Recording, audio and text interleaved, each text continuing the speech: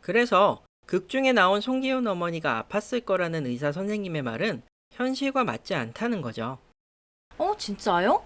왜 그렇죠, 선생님? 그 이유는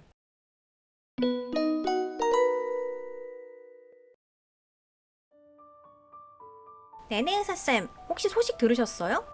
네? 어떤 소식이요? 오징어 게임 새 시즌이요. 드디어 시즌2 방영일이 확정됐대요. 오, 그렇군요. 언제래요?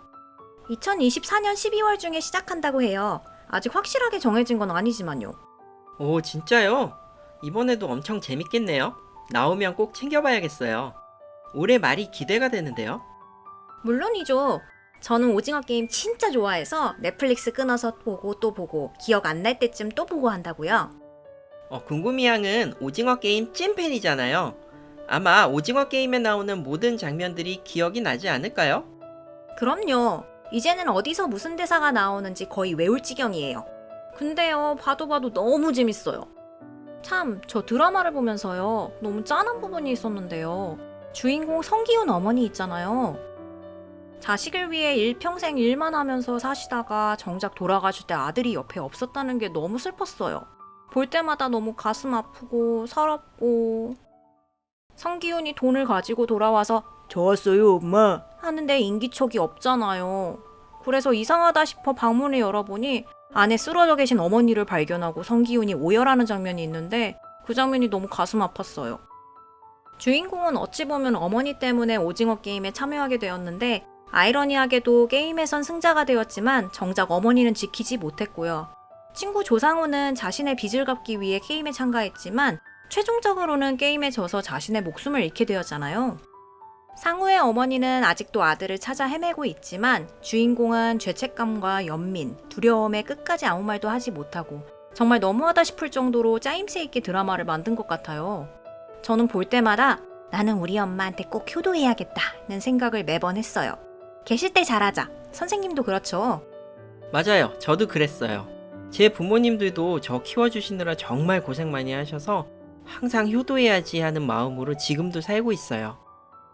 저는 오징어 게임 주인공이 이제야 어머니를 모실 수 있게 형편이 되었는데 더 이상 그럴 수 없게 된 안타까운 상황을 보고 마치 예전 우리 문학에서 보았던 현진건 작가님의 운수 좋은 날이 자꾸 생각났어요. 우연히 인력거 일을 하던 주인공이 그날따라 손님을 많이 모시고 돈을 많이 벌어서 모처럼 설렁탕을 사들고 집에 갔는데 사랑하는 아내가 이미 명을 다해서 임종을 지키지도 못했고 그렇게 좋아했던 설렁탕도 먹이지 못했다는 굉장히 슬픈 내용이었죠. 뭔가 오래된 클리셰이긴 한데 운수 좋은 날도 그렇고 오징어 게임 내용도 그렇고 여전히 사람의 심금을 울리는 무언가가 있는 것 같아요. 맞아요, 선생님. 그런데요, 제가 성기훈 어머니에 대한 장면을 보다가 마침 궁금한 게 있어서 내내 의사쌤한테 물어보려고요. 그래요? 어떤 게 궁금했는데요? 2화 때 중반에 주인공이 연락을 받고 병원에 찾아가는 장면이 있거든요. 그때 주인공 어머니 발 상태가 나오는데 한눈에 봐도 되게 안 좋아 보였거든요. 근데 거기서 의사 선생님이 당뇨입니다. 올해 방치해서 합병증까지 왔어요. 하더라고요. 그리고 이 정도면 통증이 심했을 텐데 모르셨어요? 라고 주인공에게 물어보는데 당연히 주인공은 아무것도 몰랐을 테니 말을 못하고 치료는 어떻게 해야 하는지 물어보더라고요. 근데 또 내내 의사쌤이 내분비내과 의사시니까 당뇨 전문가잖아요. 성기훈 어머니가 발이 그렇게 될 때까지 얼마나 아팠을지, 또 실제 당뇨병 환자분들이 발이 그 정도까지 안 좋아진 경우를 보신 적이 있나 해서요. 드라마를 여러 번 보다 보니 갑자기 궁금해지더라고요. 과연 실제로는 어떤가요, 선생님? 아, 그래요. 맞아요. 분명히 드라마 내용 중에 궁금이 양이 말한 내용이 있었죠. 저도 봤었어요. 진료실에서 성기훈 어머니처럼 당뇨병이 잘 치료가 안 돼서 발에 문제가 많은 어르신이나 젊은 환자를 가끔 봤기 때문에 보자마자 실제 저런 일이 있었다면 너무 안타까웠을 텐데 하는 생각을 했고 드라마가 이 당뇨병에 대해서 고증을 좀 했구나 하는 생각을 했어요. 내용 중에 응급의학과 의사 선생님이 최악의 경우에는 수술적으로 발을 절단하는 것까지 고려해야 한다라고 했었죠. 실제로 당뇨발이 심각해지면 그렇게 치료를 하거든요. 그런데 그 와중에 가장 중요한 핵심적인 내용이 좀 사실과 다른 게 있어서 아쉬웠어요. 그래요, 네네쌤? 어떤 게 잘못된 거였어요? 바로 아까 말한 성기훈 어머니께서 얼마나 아팠을지에 관한 내용이에요. 그게 왜요? 드라마에서 눈으로 봤을 때도 발 상태가 너무 안 좋지 않았어요? 그 정도면 일반 사람이라면 엄청 아파서 막 아이고 아이고 하실 정도로 힘드셨을 것 같았는데요? 충분히 그렇게 생각할 수 있지만 사실 당뇨발이 그렇게까지 심각해진 분은 자신의 발 상태를 모를 가능성이 더 높거든요. 네? 진짜요? 너무 아파 보이는데요? 아예 모를 수가 있나요? 사실은 별로 아프지 않을 가능성이 높아서요. 특히 병이 심하면 심할수록 아예 하나도 안 아플 거예요, 아마. 세상에, 저는 점점 더 모르겠는데요? 아프지 않다니 어떻게 그럴 수가 있어요, 쌤? 그건 일단 당뇨발이라는 병 발생의 메커니즘을 알아야 이해가 가능할 것 같아요.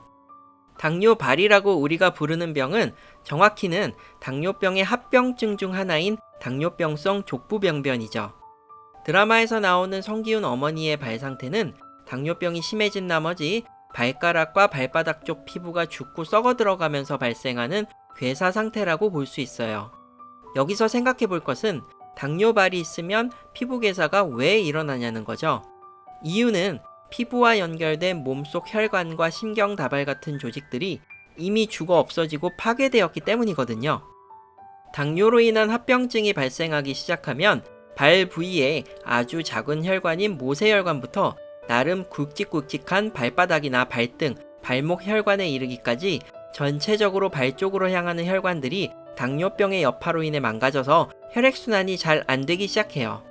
그리고 혈액의 공급이 차단되거나 매우 어려워진 발 부위는 세균이나 곰팡이 등에 대한 저항력도 심하게 떨어져서 조그만 상처라도 나게 되면 거기서부터 마치 까맣게 썩는 것처럼 족부병변이 시작되는 거예요.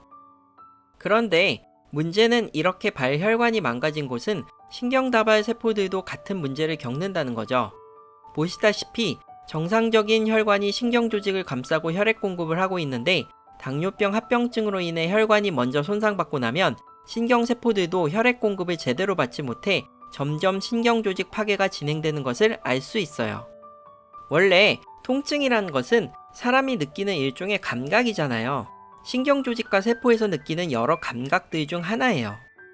우리 몸속 감각들의 종류는 따뜻한 온도를 느끼는 온각, 반대로 차가운 것을 느끼는 냉각, 무엇을 접촉하거나 만져서 느끼는 촉각, 그리고 마지막으로 아픈 것을 느끼고 우리 몸에 위해한 상황임을 알리는 통각까지 총 4가지가 있어요. 그런데 앞서 말한 것처럼 신경 손상이 발 전체에 걸쳐 광범위하고 심각하게 손상이 일어나면 점차적으로 우리의 감각이 온각부터 시작해서 통각까지 하나하나 이상을 겪다가 결국 모든 감각이 없어져 버리게 되는 거예요. 그렇기 때문에 당뇨로 인해 이렇게 발의 신경다발과 혈관들이 모두 파괴된 상태에서는 뭔가 발이 찔리거나 상처가 생기거나 심하게는 드라마 속 어머니처럼 아이의 발이 변색이 되고 부패하는 순간까지도 아픔 같은 감각이 잘 안 느껴지게 되는 거죠. 이렇게 보면 아파서 발이 위험하다라는 것을 느끼는 편이 차라리 낫겠다는 생각이 들지 않을까요? 와, 진짜 그렇겠네요. 듣고 보니 겉으로 보이는 피부랑 살 문제보다 속에 보이지 않는 신경, 피가 돌아다니는 혈관, 이런 것들부터 먼저 문제가 되는 합병증이었군요. 저도 생각해보니 미리 아프기라도 해서 발 문제를 얼른 알아차리고 빨리 치료받는 게 훨씬 더 나을 것 같아요. 만약 제 발이 어떤 상태인지 못 느껴서 모르고 있다가 어느 순간 저렇게 되어 있다고 하면 진짜 끔찍하고 무서워서 견딜 수 없을 것 같아요. 그렇죠.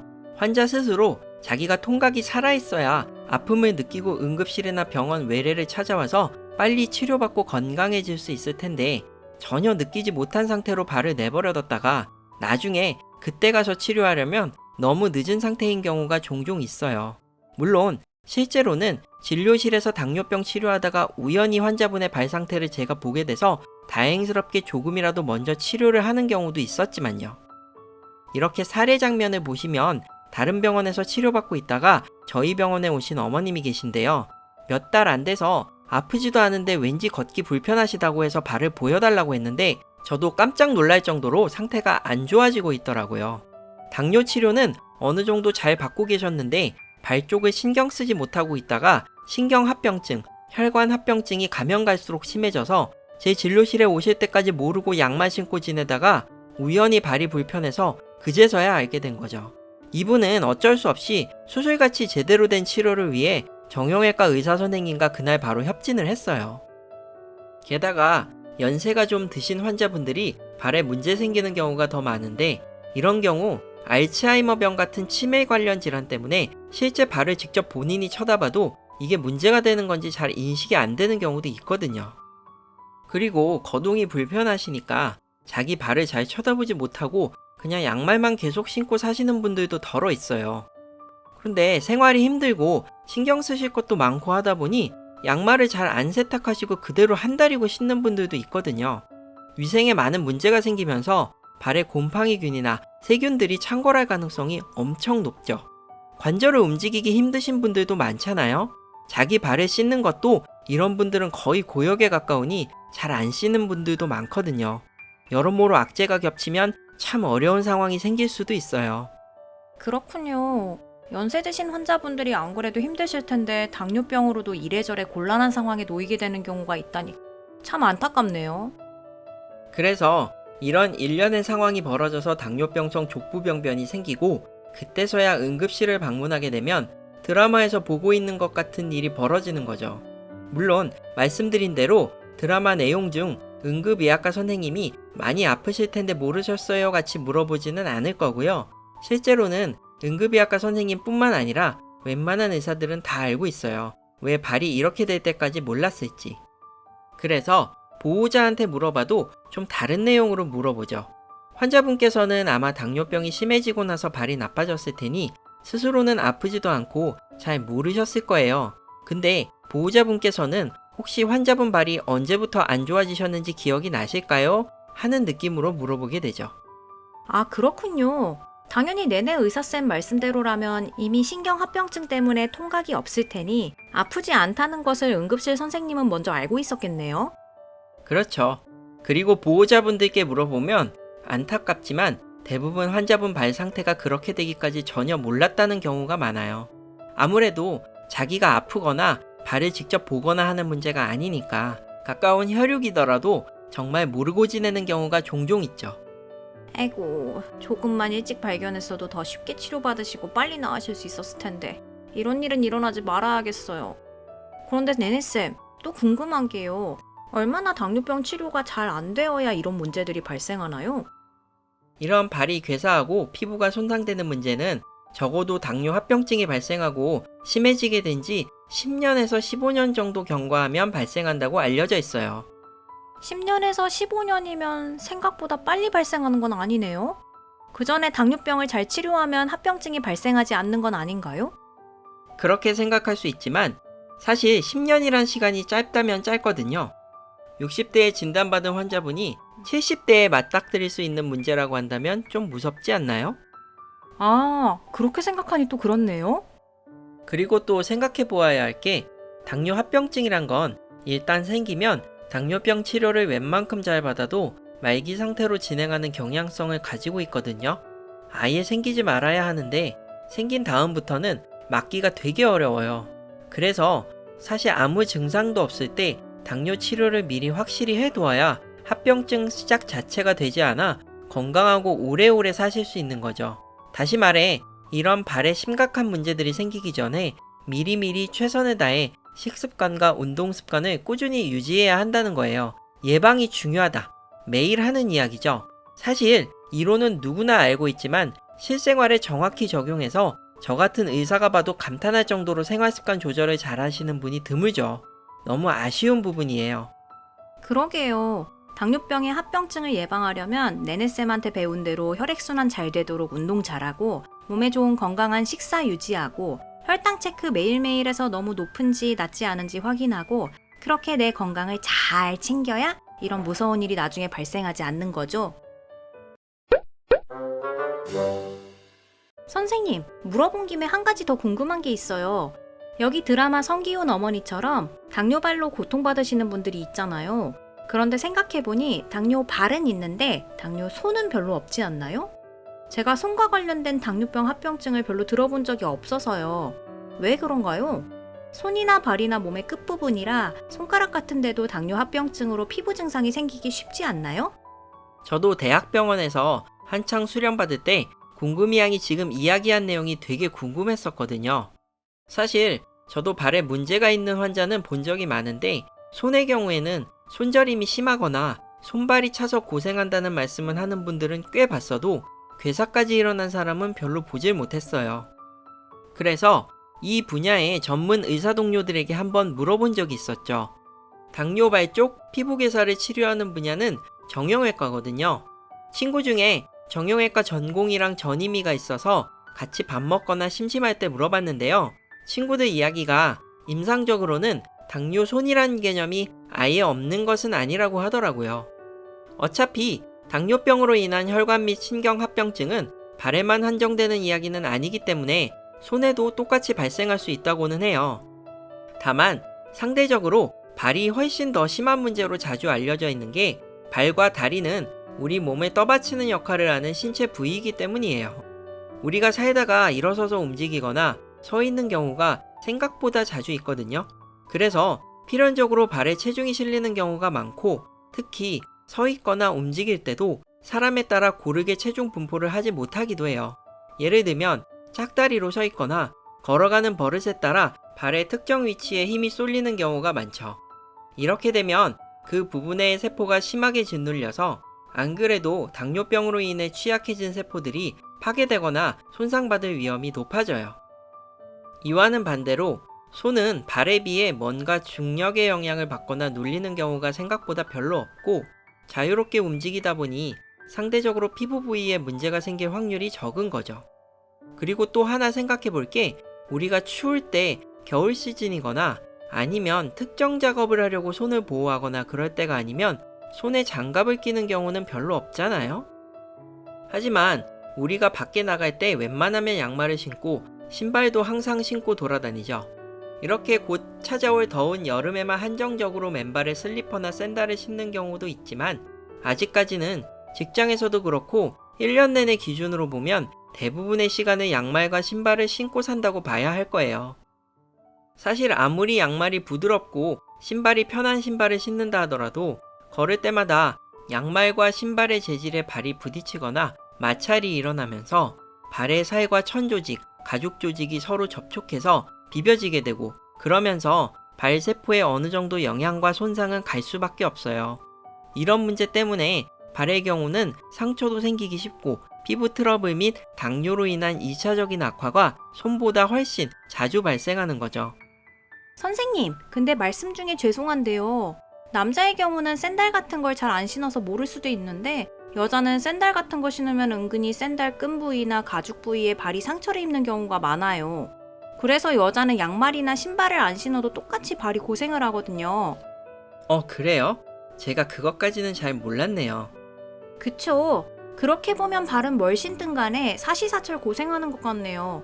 저도 제 발이 쓸리거나 상처 생기는 경우가 많아서요. 발한테 좀 미안하네요. 여름철에도 당뇨병 환자분들은 발 상처가 안 생기게 잘 고민해서 신어야 할 것 같아요. 그러게요. 당뇨병 환자분들은 발 관리가 진짜 중요해요. 나중에 더 큰 문제를 치를 수가 있거든요. 그리고 참고로 말하자면 당뇨병과 관련된 손 부위의 이상은 사실 잘 모르시는 경우가 많아서 그렇지만 생각보다 자주 접할 수 있어요. 우리 발톱뿐만 아니라 손톱에도 무좀이 가끔 발생하는 거 겪어본 적 있죠? 맞아요. 선생님, 젊은 사람들 중에서도 네일 스티커나 젤 네일 같은 거 잘못되었을 경우에 가끔 손톱에도 무좀이 생기는 경우가 있어요. 그런 것도 당뇨병이 있을 경우 더 잘 생기나요? 그렇죠. 당뇨병을 잘 관리 안 하면 손발톱 주위 혈관에도 문제가 자주 발생하게 되죠.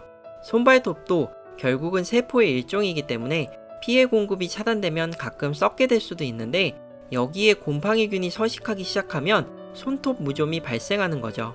그런데 손톱 무좀 상태에서부터 잘 치료받지 않고 여전히 관리하지 않고 지내면 손톱 주위부터 발과 마찬가지로 손가락에 괴사가 시작되기 때문에 손에도 똑같은 문제가 생겨 악화될 수 있어요.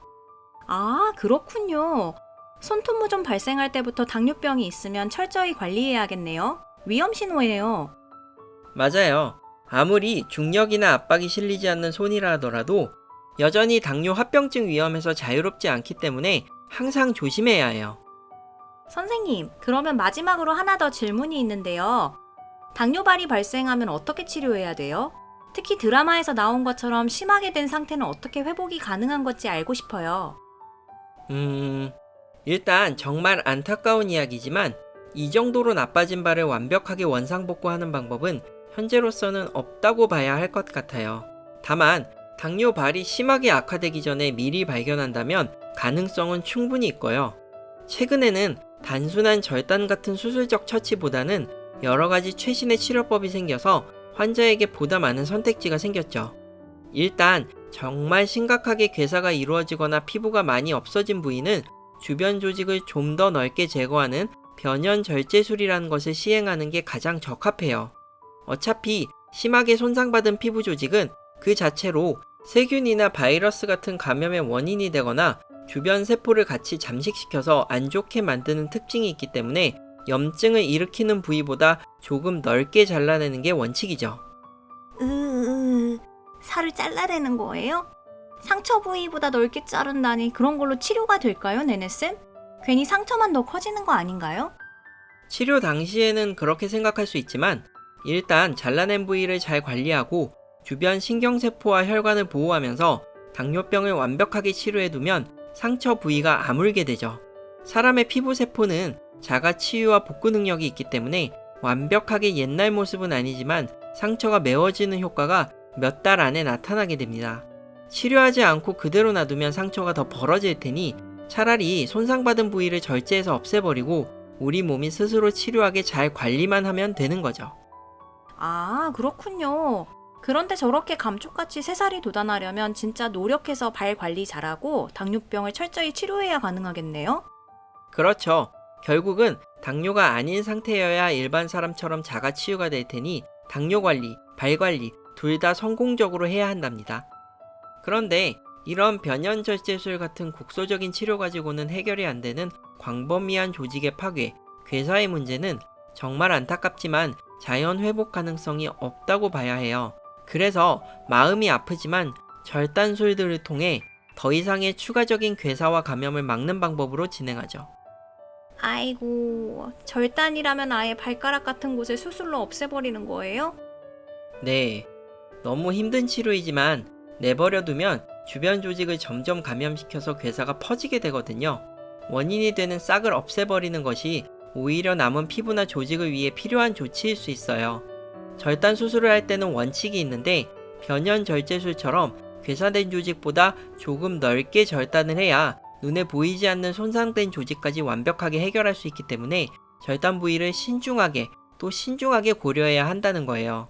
잘못하면 절단한 부위 위로 또 문제가 생길 수 있거든요.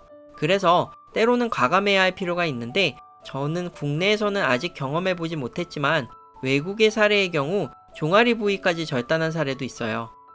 네? 발가락 수준이 아니라 아예 발목 위로 전체를요? 얼마나 상태가 심각했으면... 이런 경우 정말 삶의 질이 떨어지기 때문에 의족 등을 고려하고 절단 부위를 최대한 살려서 다른 문제가 생기지 않게 해야 하겠죠.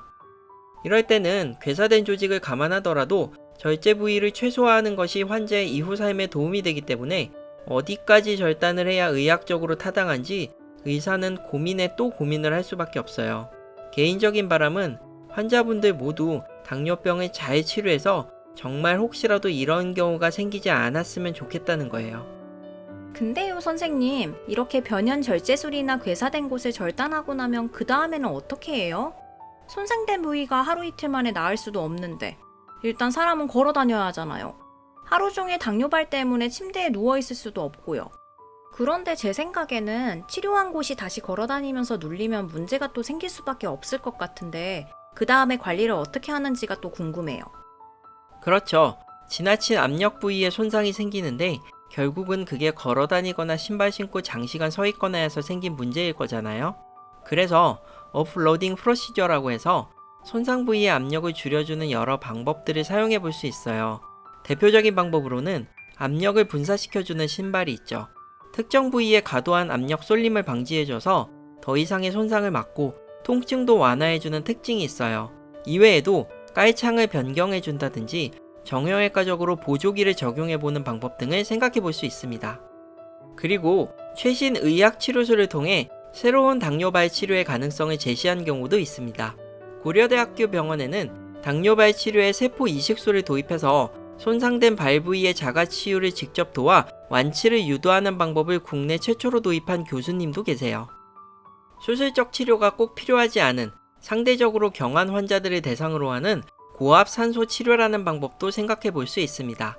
현재로서는 비수술적 치료의 대안으로 알려져 있는 방법이고 모든 환자에게 적용할 수는 없겠지만 일부 당뇨발에 효능이 있음이 알려져 있어요. 고압산소라면 사진처럼 통 안에 들어가서 산소를 들이마시는 건가요, 네네쌤? 맞아요. 우리가 보통 일상생활을 할 때 대기의 압력을 1기압이라고 하면 산소 치료 장치 안에서는 2기압에서 3기압 정도의 높은 압력을 유지하면서 산소를 인체 내 흡수하게 하는 거죠. 이미 2018년 이후로 미국 당뇨병 학회에서는 당뇨발을 치료할 때 고압 산소 치료가 효과적일 수 있다고 인정을 했고요. 이후에도 2020년, 2021년에 당뇨병과 관련된 외국 임상 연구에서 그 효능이 실제로 입증이 되기도 했습니다. 특히 2021년 논문의 경우는 기존의 다기관 연구 자료들을 조합한 메타 분석 연구 논문의 자료였기 때문에 치료 효능의 근거 자료로서 상당한 신빙성이 있었죠. 의학이 발달할수록 좀 더 편하고 좋은 치료가 많아지고 있네요. 의학을 다루는 의료진 분들 모두 정말 대단하신 것 같아요. 그렇죠. 이렇게 당뇨병으로 인한 발의 문제도 최신 의학으로 극복할 수 있는 좋은 방법들이 차례차례 생기고 있어요. 하지만 무엇보다 앞서서 당뇨발 합병증의 최선의 치료는 항상 예방이라는 점 꼭 잊지 말아야 하겠어요. 자, 오늘은 궁금이양이 물어봤었던 당뇨병성 족부병변, 당뇨발에 대해서 알아봤네요. 궁금한 점이 좀 풀렸나요? 네, 선생님. 몰랐던 내용을 알게 되어서 너무 좋아요. 저는 아직 당뇨병이 없어서 당뇨발도 아직은 걱정할 일이 없지만 앞으로도 합병증도 없고 당뇨병도 없는 건강한 삶을 위해 계속 노력할 거예요. 그래요. 우리 모두 열심히 노력해서 당뇨병에 지지 않는 행복한 삶을 살아봐요. 오늘은 오랜만에 궁금이양과 함께 궁금한 건 못 참아 진행해봤는데요. 우리나라에서 제일 유명한 드라마에 나온 내용을 가지고 당뇨 환자의 발 문제에 대해 다뤄봤어요. 오늘도 긴 시간 영상 시청해주셔서 감사드리고요. 다음에 더 건강하고 유익한 내용으로 다시 돌아올게요. 다음에 봐요. 안녕.